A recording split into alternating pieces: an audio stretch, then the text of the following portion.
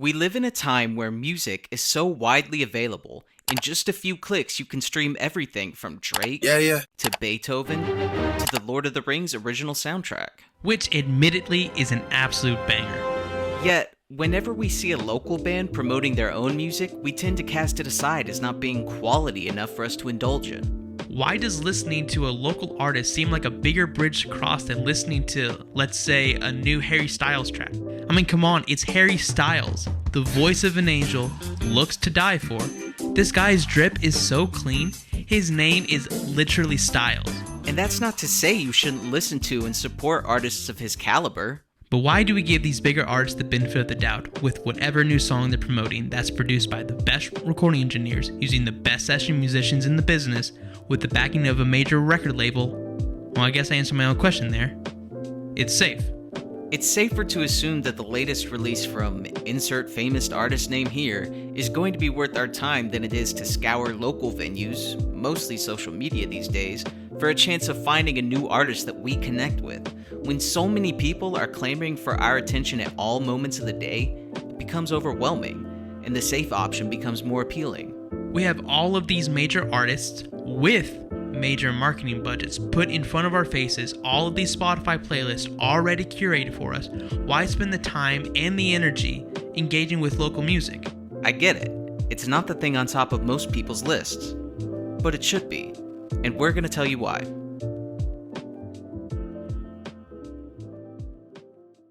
The year is 1940. 5 years after the Dust Bowl, farmers of the Southwest were left with dead livestock and failed crops. Some were forced to migrate in search of a new livelihood, leaving behind family farmsteads and possibly the only source of work they had ever known. America was in an economic crisis known as the Great Depression. You've likely heard about this era in school, captured between the pages of dingy and outdated history books. You might even still have family members who remember those desperate times. But there's one man whose story we should talk about. Woodrow Wilson Guthrie was born July 14th in a small Oklahoma town called Okemah. Though his father was at one time a Democratic politician, which undoubtedly influenced the political themes found in Woody's songs, it was his mother who was the main influence for his love of music. She introduced him to all kinds of songs and hymns before being institutionalized due to erratic behavior that would later be attributed to Huntington's disease. Woody was only 14 when this tragic event sparked the beginning of his rambling journey. For those unfamiliar, rambling is similar to touring, going from one place to another with no other motives than to perform and connect with different kinds of people. After the Great Depression hit, Woody headed to LA with his family, singing the whole way. He would take odd jobs and stay in hobo camps, jumping trains, hitchhiking until he reached his destination. In 1937, he earned a spot on the radio where his song Dust Bowl Refugee would reach the ears of those who had suffered through similar struggles. People listened, but more importantly, they understood. They connected. It was because of this ability to connect with others that Woody became one of the most prolific folk singers of all time. So how does this connect? What does local music have to do with this man's legacy?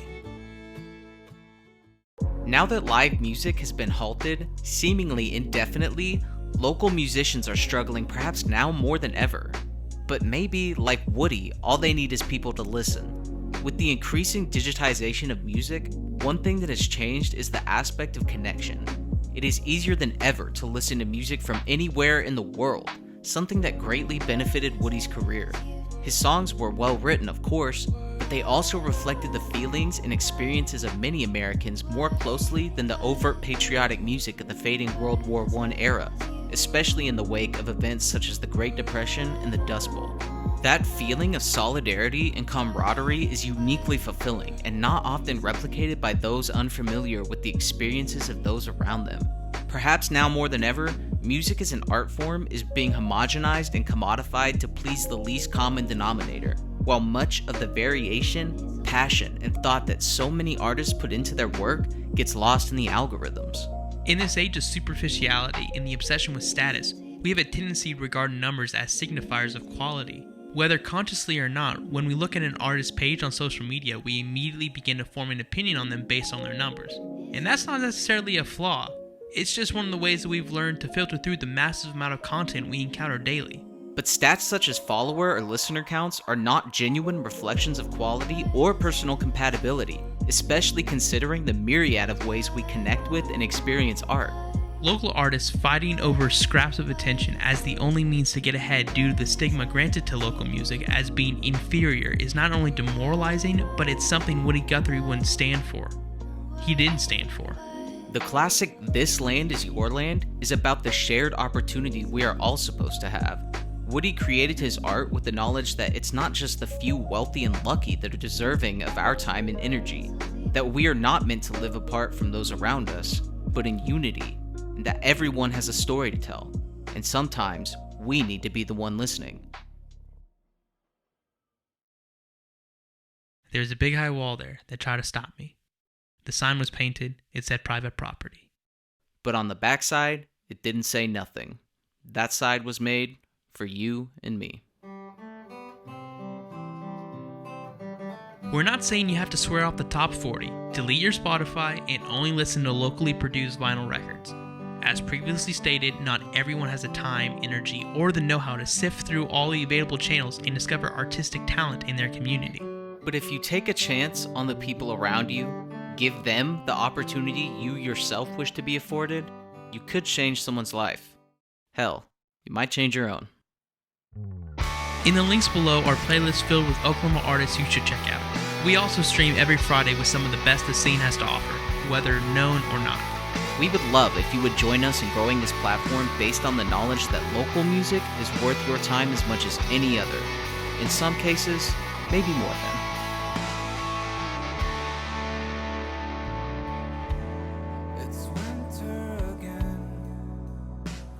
In the film Ratatouille, Anton Ego has a realization, and he says, not everyone can become a great artist, but a great artist can come from anywhere. I believe that also applies to local music scenes. I come from the Oklahoma City scene, and a lot of folks just think of that as a place where country music stars come from, but we have a really diverse group of people here who have found quite a bit of success. And all of this is just happening in my backyard. And all I have to do is look for it to find it. Participating in the local music scene has impacted me in a major way, simply because I've been able to, find a larger part of, what it is that I want to do. I've been able to find people who are fighting the same, battles, who are trying to conquer the same beasts, who are trying to find that breakthrough moment. And I think, even through this year, we've been able to find even more of a sense of community. So that's really been cool to be a part of that and bring more awareness and more attention to our sector. Your involvement makes it real. Your involvement makes it worth it. To see that feedback, to see that click on the double tap, to see someone sharing it who's not a musician is very vital, and it's important, and it's like a real-time indicator that you're paying attention to us and that you appreciate us. So thank you for all the local supporters. We need you. We appreciate it. I think the biggest takeaway I've gotten from participating in the local music scene is just being humbled by the crazy talented musicians I've met who inspire me on a whole nother level. Non-musicians, this is just as much for you as it is for us, so it's so important that you go out and not only support local artists, but support local brands like Prairie Ales and Buffalo Rose, Fine Cannabis. I can't stress how important it is and how much we all need each other here in the local scene. So it's cool to see everyone interacting. I would have to say that my favorite music memory is whenever I put together the Not Alone OK compilation album, which was a compilation album where all the money went to the Jed Foundation for suicide prevention. And the artists were just so kind and willing to help me. Everyone that I reached out to for the most part was so nice, and it honestly just gave me a deeper sense of community that people were willing to help with this cause and donate songs for free so that we could help people that were feeling lonely. It was just awesome. It has been such a cool opportunity to be among other very talented, like-minded musicians in the Oklahoma community. I'd have to say my favorite thing, music-wise, that I participated in 2020 was definitely my live stream with Circle Lotus Media. It's such a awesome thing that they're doing. The local underground music community is freaking awesome. And it's just a reminder that, music is gonna carry us through into 2021. Music can get us through anything and everything. And I hope we can just, enter 2021 with music in our hearts and our minds, that volume turned up, and keep the Oklahoma music scene alive and well. It's a phenomenal thing for musicians and non-musicians alike. And to keep that support for local music is so important. I hope everyone has an amazing 2021, and peace out.